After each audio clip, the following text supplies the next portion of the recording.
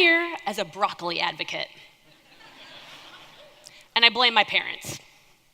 I grew up in rural Illinois, surrounded by beautiful fruit trees and a large vegetable garden. My parents canned their own applesauce and their own tomatoes.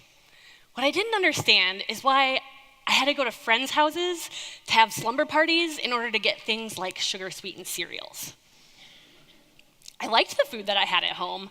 I just wanted that junk food more often. I thought that my parents were being super mean.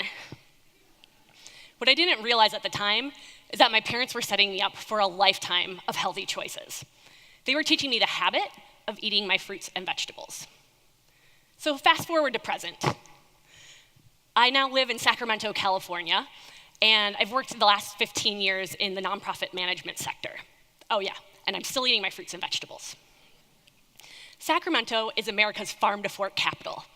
Right here, we're growing many of the fruits and vegetables that we eat around the world.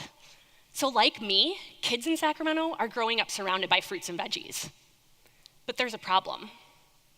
We know that only 40%, actually a whole 40% of our kids have a childhood obesity problem.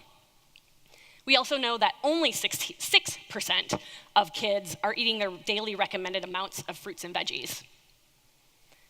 Now we know that this is not a problem of childhood access and food access and childhood hunger, because we know that kids on free lunch programs in the schools are still not eating their vegetables, and they have access to salad bars. The problem is that we haven't taught our kids the habit of eating their fruits and vegetables. So 4 years ago, I started a nonprofit called Food Literacy Center. Our mission is to inspire kids to eat their vegetables. And we work in after-school programs with low-income kids. We teach them cooking and nutrition. We have a high success rate of getting kids to eat vegetables. So I'm gonna share with you today the tips that we use with our kids, what we call broccoli habits, and hopefully you too can incorporate them in your life and develop the habit of eating fruits and veggies. So the first tip is super simple. Every single week, go to the grocery store and pick out one new fruit or vegetable. Make it your goal that week to learn to taste, to eat, and to cook that veggie or that fruit. My second tip is make sure with every single meal you're eating a fruit or a vegetable. So say you eat eggs for breakfast, go ahead and dice up some vegetables and toss them on top. If you eat a peanut butter sandwich for lunch, swap out that jelly for fresh fruit slices.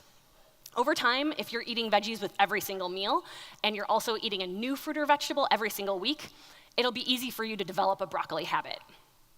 Also, eat what's in season.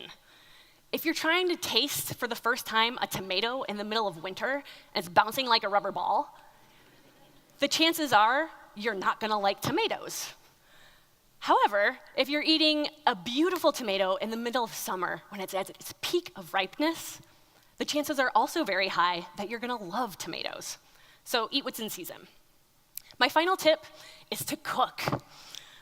Cooking is the only way that we can control the amount of fruit, vegetables, sugar, saturated fat in our food. So cook from scratch. And if you do all of these tips, you too can build up a broccoli habit and learn to eat like a kindergartner.